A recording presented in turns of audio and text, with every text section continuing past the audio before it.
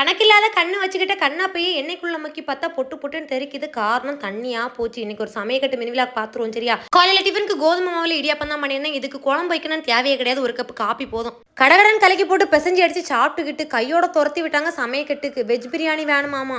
இந்த லீவ் ஃபுல்லா ஹோட்டல்ல வேலை பார்க்குற செஃப் மாதிரி தான் நம்ம நிலைமை. என்ன லிஸ்ட்ல கொடுக்குறாங்களோ அதை தான் பண்ணணும். சப்போஸ் முடியாது நான் பண்றதை தான் நீங்க சாப்பிடணும்னு சொல்லிட்டோம் அழுதே தர்ணா போராட்டம் ஆரம்பிச்சிருவாவ. நமக்கு பாடு தீந்து எதுக்கு வம்பு பேசாம சொன்னதே செஞ்சிருவோன்னு வெஜ் பிரியாணி தான் எனக்கு பண்ணியிருந்தேன். நெய் ஸ்பைசஸ் தாளிச்சு அண்டி பருப்பு பெரிய உள்ளி இஞ்சி பூண்டு பேஸ்ட்டு தக்காளி கேரட்டு பீன்ஸு என்னெல்லாம் காய்கறி வெட்டி எரிஞ்சு எடுத்தணும். எல்லா காய்கறியும் சேர்த்து தட்டி நல்லா ஒரு வதக்கல் விட்டுக்கணும்.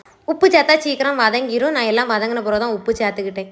அரிசிக்கு பாஸ்மதி ரைஸ் இல்லை என்கிட்ட, அதனால ஜாங்கிரி அரிசியை சேர்த்துக்கிட்டேன். அது கொஞ்சம் பொடி அரிசி மாதிரி தான் இருக்கும், சாப்பிடவும் நல்லா இருக்கும். அதனால் அதை சேர்த்து கிண்டி அப்படியே குக்கரை மூடி போட்டு ஒரு 5 விசில் வெட்டி எடுத்துக்கிட்டேன். ஏன்னா அரிசி வேற பற்றிலாம் புழுக்கணி அரிசியாக இருந்தாலும் வேகிறதுக்கு கொஞ்சம் டைம் எடுக்கும். அப்புறமா என்ன சைடால் முட்டையை வேக வச்சு முதல்ல எடுத்துட்டு அப்புறமா பப்படத்தை பொரிச்சு விட்டு எப்படா பிரியாணி வரன்னு காவல் இருந்தால் பிள்ளைகளுக்கு பிளேட்டில் தட்டி போட்டு கொடுத்துட்டேன். இப்படி தான் இந்த லீவ் பாடி எனக்கு ஓடுது. என்ன நேரமாக சமையக்கட்டு இல்லைன்னா பிள்ளைங்களை சுற்றி அதான் ஒழுங்காக வீடியோ போட முடியறதில்ல. ரொம்ப பேர் கேட்டிங்க பார்த்தீங்களா, அதனால சொல்லிக்கிறேன். இந்த லீவ் முடிகிற வரைக்கும் கொஞ்சம் அட்ஜஸ்ட் பண்ணிக்கோங்க. முன்ன பின்ன வீடியோ வரதை பார்த்து சப்போர்ட் பண்ணுங்கள். சரி நண்பர்களே.